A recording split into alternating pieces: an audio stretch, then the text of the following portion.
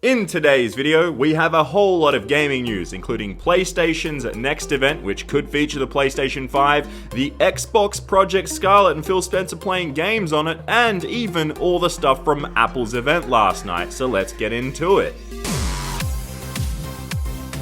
Here we go, back at it yet again with another video. G'day guys, I'm Champ Chong, and if you end up enjoying this video, please smack that like button real good. I greatly appreciate it. But now, let's jump into the gaming news because there's so much to get to today. And the first thing we are talking about is PlayStation and the PS5 and a big event that could be coming up, which would just blow our minds. So the thing is, there's a PlayStation event happening this month in September, and to be specific, it's September 24th, and this was planned already. We kind of already knew this, and it was exciting news because we could see The Last of Us Part 2 and all that good stuff, and everyone was excited to see all the new games coming to PlayStation that would be shown off at this event in just a couple of weeks from now. But it turns out that's not the only event, because look at this. A gaming industry analyst known as ZugX, I'm not sure how to pronounce that to be honest, but they have revealed that that isn't the only Sony event happening that week. It turns out that in 2 weeks from now, we'll be getting 2 Sony events in 1 week, and one of them we already know is going to be software based. It's going to be just about all the games that are coming out on the PlayStation 4, on the PlayStation 4 Pro, new PS VR titles and everything, but it's not the only PlayStation event happening that week, as we now know, and the other one is rumored now to be about next-gen stuff, and that's when they could reveal when they're going to show the console, or could reveal the release date, or something along those lines. Now, a lot of people were speculating that it would be actually more like next year in February that we would get this huge new event that would reveal everything, and that seems realistic, more realistic than September. But what if Sony just decide and go, hey, this is like a 14-month advance of when we would get the console, and just give it to us now. Not the console, but the actual reveal of it and the release date and the price point and all that stuff. And that's what it's rumored to be, along with that second event, or along with that first event on September 24th, which is just a couple of weeks from now. That would be completely insane, but it's not out of the picture just yet. So let me know what you guys think about that. September 24th, and sometime during that same week, we are also going to get that second event from Sony. So 2 events from Sony in 1 week, and they're both about PlayStation. One software related, one potentially hardware related.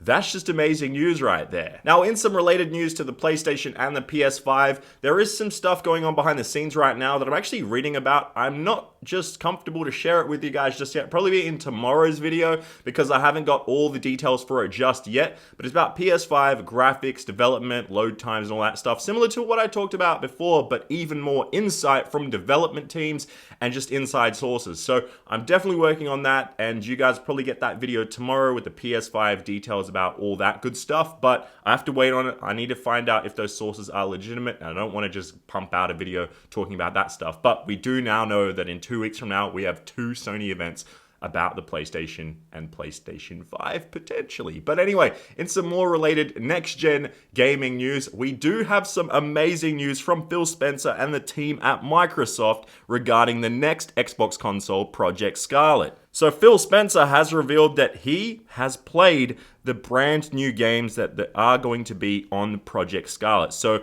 on the Xbox Scarlet, he has played the first games that will be available on there. It's his first time playing them. He revealed this in an interview with Tom Warren, and yeah, this is amazing. I know this isn't much information, but just to know he has played them, it just means that they are ready to be played on these next-gen consoles. Now, one thing I'm going to mention here is I don't know if these are exclusive next-gen titles for the Xbox Scarlet, the Xbox 2, the Xbox whatever you end up actually naming it, the Xbox 3. I don't know what they're going to actually call it. But we don't know if this is exclusive games for the Project Scarlet at this point in time, what Phil Spencer has played. If they are, this is even bigger news that they are ready to be able to be played already, just in demo modes, I guess, in dev kit builds. But that's just exciting to see that. If it's kind of a game where it's like Halo, the next Halo game where it's going to be on multiple systems, even on PC, that's not as exciting, but it's just as exciting, I guess. I don't know. I just know that I want to see what these games look like, and I was actually just thinking about it the other day because I've been playing a lot of NBA 2K20 recently, which isn't the greatest NBA 2K just yet, but hopefully all the patches that they bring out in the next couple of weeks fix that. But the thing with that game is, that's probably the last game on NBA 2K this generation. The next one is primed for, like 2K21 is primed for PS5 and the next Xbox. So that's going to go a lot with the next FIFA game and everything like that. And a lot of these yearly release titles, even Call of Duty, Battlefield, and all that stuff. So it's really exciting right now, which means that we look forward to 2021, 2020, and those type of release dates.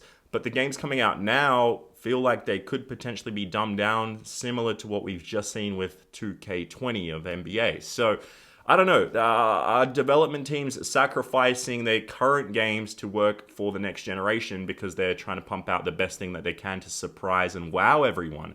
So that's kind of a scary thing to think about, because we don't want to have dumbed down games for the next year, which would kind of suck leading up to the next generation. So let me know what you guys think regarding that. And yeah, it's quite an interesting transition period for these games and dev teams out there. But anyway, moving on from next-gen gaming news and stuff that's actually coming out this month.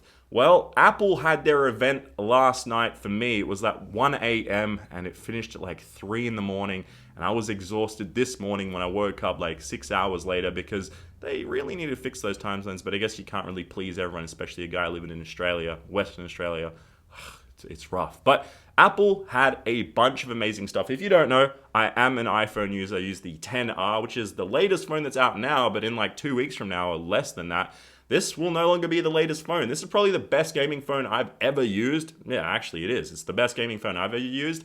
And now we have the iPhone 11 along with Apple Arcade, along with a brand new iPad, Apple TV Plus. There's so much amazing stuff, especially for us gamers. So the first thing I want to talk about is the new service, which is a subscription service for gamers known as Apple Arcade. So to sort of simply break it down, Apple Arcade is similar to the Game Pass on Xbox. Basically, you'll be able to just subscribe to this for $4.99 US a month. So that's $5 a month.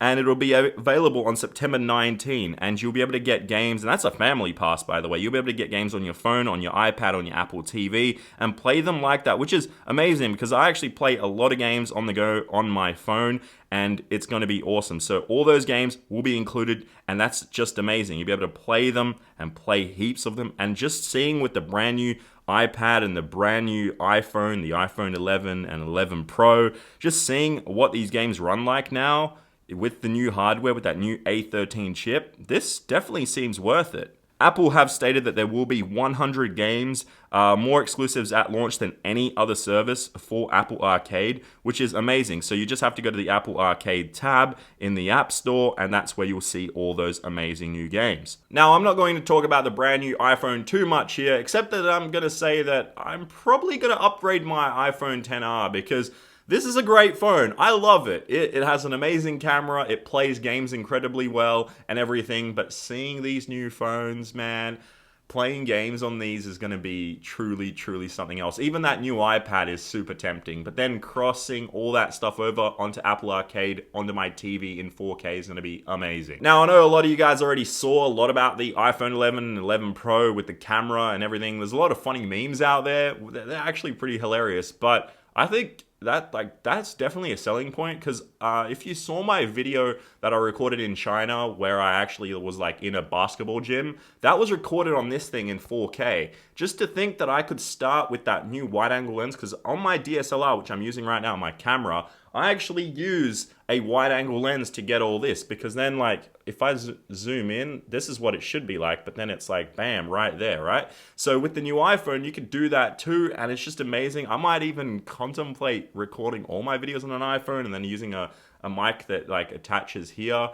I don't know. It's an exciting time to see technology go this way. You guys know I love tech. I love seeing all the new stuff. That's why I talk about new consoles all the time and everything. So I don't know. We're going in such a crazy direction with the tech that's just in our pockets. It's amazing. So to see that, to see what games are going to be able to be played and what developers are going to do with the new tech is going to be awesome. And that Apple Arcade service for $4.99 a month, that's truly amazing. That's US dollars, so it'd probably be like $8 Australian. I'm not too sure. I haven't looked into the Australian prices just yet, But I'm excited. Anyway, I've talked a lot in this video about a lot of hardware.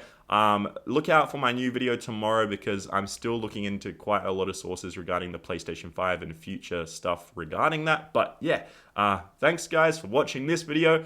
I'm probably going to go play some games on my phone now while you guys watch this. So yeah, anyway, I'll see you guys in the next one. Hopefully you enjoyed this one. Smack the like button if you did, and subscribe if you're a brand new viewer. I'll see you guys in the next video.